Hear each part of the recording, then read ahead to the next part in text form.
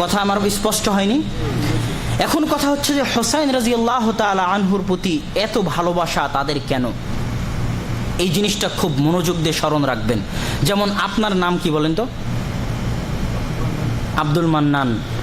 কারো নাম এরকম আছে এখানে যাদের নামের শেষে হাসান হোসাইন লাগানো আছে? মেহেদি হাসান আছেন না কেউ?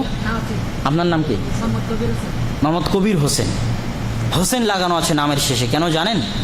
বাংলাদেশ, ভারত, পাকিস্তান এই দেশগুলো কয়েকশো বছর শিয়ারা শাসন করেছে।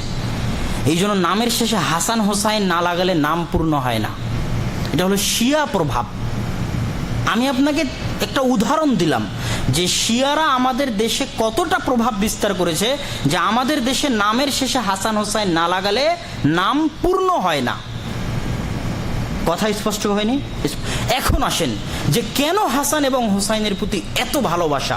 হাসানের প্রতিও নয়, হোসাইন রাদিয়াল্লাহু তাআলা আনহুর প্রতি কেন এত ভালোবাসা শিয়াদের? তার আগে আরো একটা বিষয় স্পষ্ট করি। আমাদের দেশে রুস্তম নাম আছে না মানুষের? রুস্তম কে জানেন? রুস্তমকে হয়তোবা জানেন না। 636 খ্রিস্টাব্দে কাদেসিয়ার যুদ্ধে পারস্যদের বিরুদ্ধে, পারস্য নাম শুনেছেন? ইরানের ভাষা হচ্ছে ফার্সি। ওই ফার্সি থেকে ওটা পারসি, পারসি থেকে পারস্য, আরবিতে বলে ফুরস, ফার্সি। ওদের কি বলা হয়? পারস্য সাম্রাজ্য। ইরান ভিত্তিক যে সাম্রাজ্যটা গড়ে উঠেছিল ওটাকে বলা হয় পারস্য সাম্রাজ্য, যাদের রাষ্ট্রীয় ভাষা ফার্সি। আর রোম সাম্রাজ্য কোনটা? ইতালির একটা শহর আছে রোম, মনে আছে? ইতালির একটা শহর হচ্ছে রোম। ওটাকে বলা হয় রোম সাম্রাজ্য, মানে আজকের ইউরোপ, যেটাকে আল্লাহ সুবহানাহু ওয়া তাআলা কোরআন মাজিদে বলেছে গুলিবাতির রোম। রোম একদিন বিজয় হবে, মুসলমানেরা একদিন রোম বিজয় করবে নিঃসন্দেহে, ইউরোপ একদিন বিজয় করবে। তো রোম সাম্রাজ্য হলো ইউরোপ, আর পারস্য সাম্রাজ্য হলো ইরান, যাদের রাষ্ট্রীয় ভাষা ফার্সি, যাদেরকে আমরা পারস্য বলছি, ফার্সি। তো তাদের কাদেসিয়ার যুদ্ধে ওমর রাদিয়াল্লাহু তাআলা আনহুর খেলাফত আমলে ওমর রাদিয়াল্লাহু তাআলা আনহু যখন পারস্য বিজয় করেন, পারস্য সাম্রাজ্যকে ধূলিসাৎ করেন, মাটির সাথে মিশিয়ে দেন, ওই মাটির সাথে মিশিয়ে দেওয়ার ঐতিহাসিক যে যুদ্ধ হয়েছিল, ওই যুদ্ধটা কাদেসিয়ার যুদ্ধ 636 খ্রিস্টাব্দে। এই যুদ্ধে মুসলমানদের পক্ষে নেতৃত্ব দিচ্ছিলেন সাদ বিন আবি ওয়াক্কাস, এবং পারস্যদের পক্ষে নেতৃত্ব দিচ্ছিলেন বীর রুস্তম, মহাবীর রুস্তম, পারস্যদের মহাবীর, যার বিরুদ্ধে যুদ্ধ করে মুসলমানেরা পারস্য বিজয় করলো, যাকে হত্যা করে মুসলমানেরা পারস্য বিজয় করলো, সেই বীর হচ্ছে রুস্তম। যেই রুস্তম চাইতো ইসলামকে ধ্বংস করার জন্য। কথা মনে হয় বুঝাতে পারিনি। সেই রুস্তম কি করে মুসলমানের নাম হয়? কেন? কেননা ইরানরা আজকে ওই রুস্তমকে, শিয়ারা আজকে ওই রুস্তমকে মহাবীর মনে করে। শিয়াদের পার্সি ভাষায় একটা উপন্যাসে বই আছে শাহনামা। সেই শাহনামাতে রুস্তম সোহরাবের বাপ বেটার ঐতিহাসিক কাহিনী বর্ণনা করা আছে।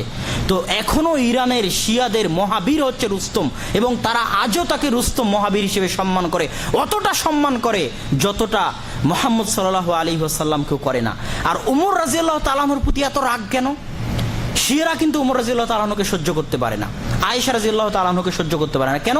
ওমর রাদিয়াল্লাহু তাআলা আনহুর যুগেই পারস্য সাম্রাজ্য শেষ হয়ে গেছিল, ধ্বংস হয়ে গেছিল ওমর রাদিয়াল্লাহু তাআলা আনহুর হাতে। এই জন্য তারা ওমর রাদিয়াল্লাহু তাআলা আনহুকে সহ্য করতে পারে না।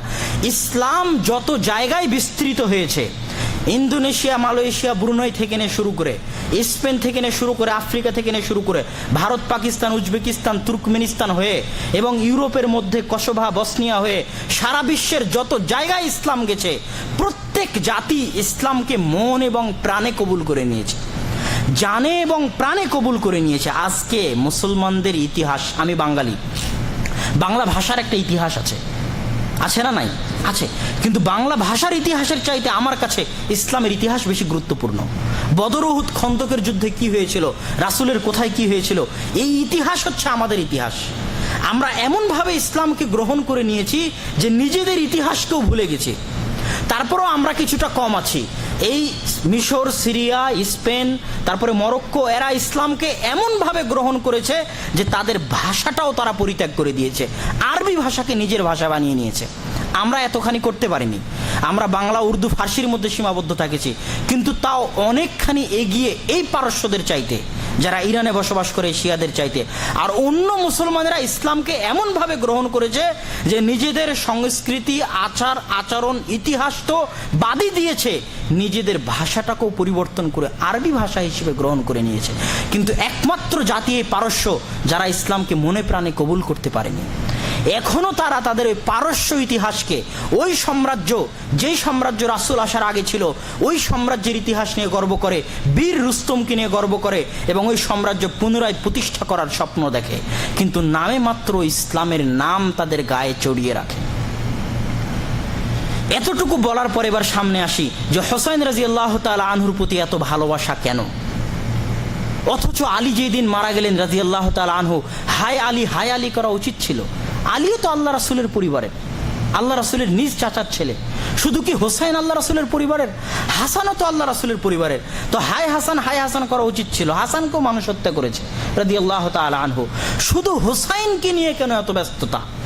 তার কারণ হচ্ছে ওমর রাদিয়াল্লাহু তাআলা আনহুর আমলে যখন পারস্য ওমর রাদিয়াল্লাহু তাআলা আনহু বিজয় করেছিলেন, তখন পারস্যের বাদশাহের কন্যা শাহজানানা এরকম নাম, তাকে বন্দি করে ইসলামী সাম্রাজ্যে নিয়ে আসা হয় এবং যখন গনিমতের মাল বন্টন হয় তখন এই শাহজানানাকে হোসাইন রাদিয়াল্লাহু তাআলা আনহুর সাথে বিবাহ বন্ধনে আবদ্ধ করে দেওয়া হয়।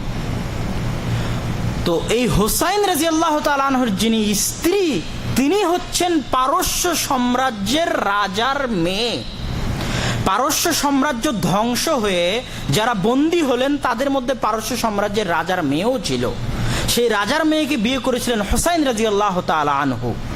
তো হোসাইন রাদিয়াল্লাহু তাআলা আনহুর যে সন্তান সন্ততি, এদেরকে শিয়ারা এত বেশি ভালোবাসে যে শিয়াদের যে 12 জন ইমাম আছে, এই 12 জন ইমামও হোসাইন রাদিয়াল্লাহু তাআলা আনহুর সন্তানদের অন্তর্ভুক্ত। তাও শুধু এই স্ত্রীর, এই মেয়ের যে সন্তান তাদের অন্তর্ভুক্ত। এখান থেকে স্পষ্ট যে তারা হোসাইন রাদিয়াল্লাহু তাআলা আনহুকে মুহাম্মদ সাল্লাল্লাহু আলাইহি ওয়াসাল্লামের ওই নাতি হওয়ার জন্য ভালোবাসে না, বরং তাদের রাজার যে মেয়ে ছিল ওই মেয়ের জামাই হওয়ার জন্য ভালোবাসে।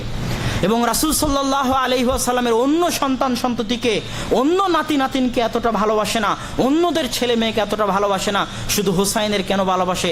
কেননা অন্যরা তো ফাতেমার ছেলে মেয়ে, যেই ফাতেমা রাদিয়াল্লাহু তাআলা আনহা রাসূলের মেয়ে, আর এরা তো পারস্য সাম্রাজ্যের রাজার মেয়ের ছেলে মেয়ে, এই জন্য এদেরকে এত ভালোবাসে।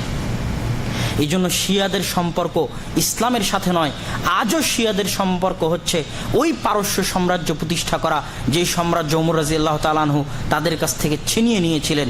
আর হোসাইন রাদিয়াল্লাহু তাআলা আনহুকে তারা শুধু এই জন্যই ভালোবাসে, তা যেন হোসাইন রাদিয়াল্লাহু তাআলা আনহু তাদেরই রাজার মেয়েকে বিবাহ করেছিলেন, তাদেরই রাজার মেয়ের স্বামী ছিলেন, এই জন্যই তারা ভালোবাসে। এই বিষয়টা, এই ইতিহাসগুলো আমাদের মাথায় রাখতে হবে। শুধু আবেগের সাথে চললে হবে না।